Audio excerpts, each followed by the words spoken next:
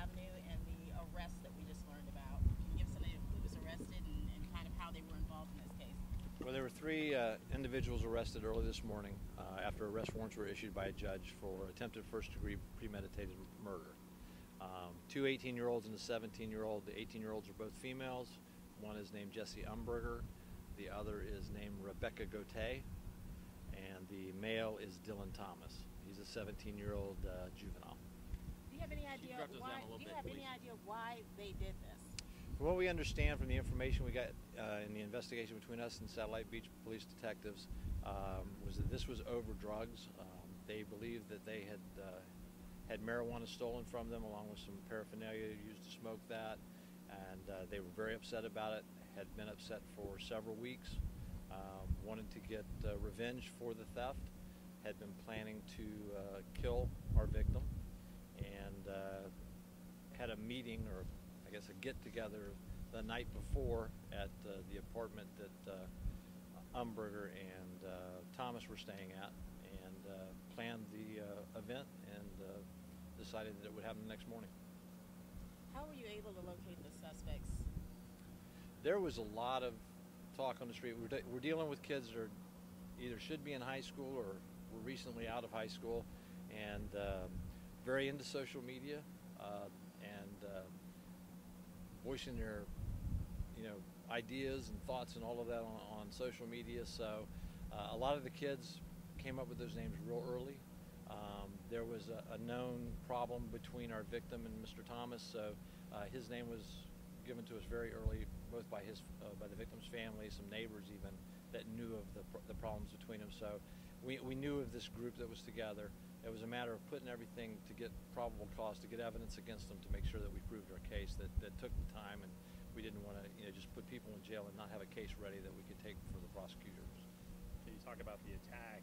You mentioned it was with a crowbar. That's how vicious of an attack was this happening in the boys' driveway? Yeah, it's a very vicious attack. Now, we cannot confirm it's a crowbar. That's coming from information that we gained through our investigation. That was the item that they were talking about bringing to the house and using. But according to what we have from medical personnel, the injuries that he has, which are fractures to his skull, some severe injuries to his the facial part, mouth, nose area, are consistent with being hit several times by a blunt object. There's a lot of evidence at the scene where he bled for a period of time. So it was a very violent, very vicious attack. Probably was hit multiple times, and is very lucky that he's surviving, and we hope that the prognosis, as we've been told, will remain, and that he will survive the injuries. Would you classify this as an ambush? I would say from what we see at the scene, yes, it looks like that he did not see it coming. That probably he was snuck up on. From the information we have in reference to what was discussed that night, it looks like they were trying to come up before he went to school, and getting before he was able to see them or know they were there. There's an area in a couple of places right near where his car is parked where someone could hide.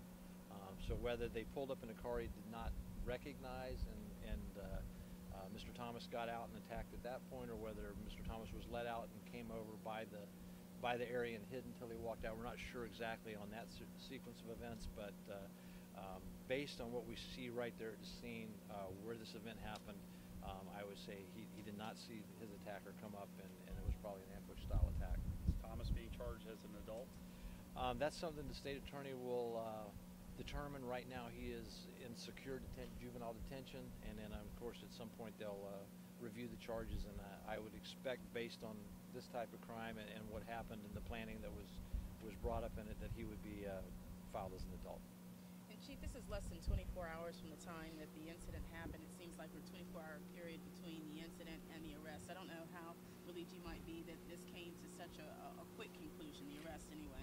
Well, I'm very relieved, and there's a couple things I'd like to say about that. First, wanted to thank Sheriff Wayne Ivey and the Sheriff's Department, Todd Goodyear, for their incredible support, and they have the resources that we don't have, and they have been absolutely outstanding. They come down here, they're very quick to help with anything, and I appreciate that. But I also want to say that this is an isolated incident and not just a random act of violence, and the community has been so supportive, and they have been very forward and reaching out, and helpful, not only to the victim's family, but to the investigation, and anybody who thinks they had any information has been reaching out and helping us with that, and that makes it a lot easier knowing that a tight-knit community is willing to reach out and help.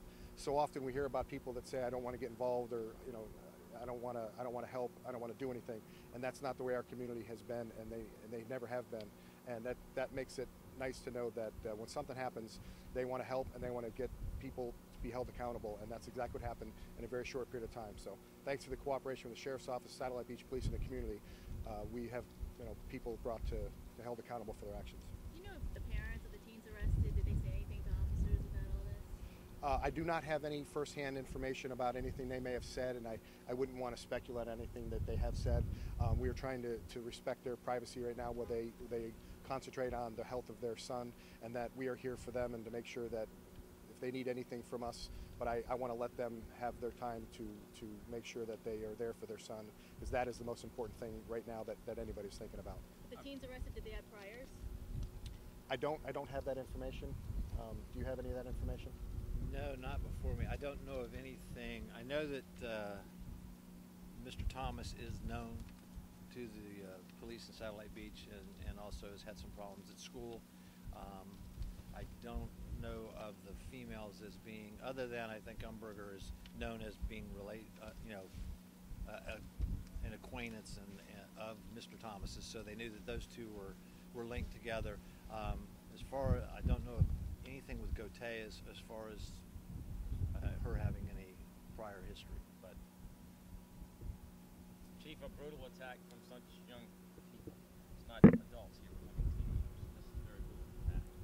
It's disturbing. It really is. It's an unfortunate situation, and you just you don't like anything to happen, but when it's with younger people, it's just even more of a problem. And how do you wrap your mind around something like that? You just can't. It's terrible, and you just hope that these kids should have something better and more productive to do than to be involved in this kind of activity. Chief, you gave us a preliminary update on what we're dealing with right now. Is there anything more at this point? Where are you? Unfortunately, no. We are in the exact same spot we were the last time we spoke. And as you know, as we always have been, we will certainly give you any information as soon as we have it. I suspect that later on this afternoon, things will start moving a little more quickly. And as always, we will keep you informed. I know the community wants to know, and we want the community to know. And this is the best way to do it, the partnerships with the media, and we'll certainly do that.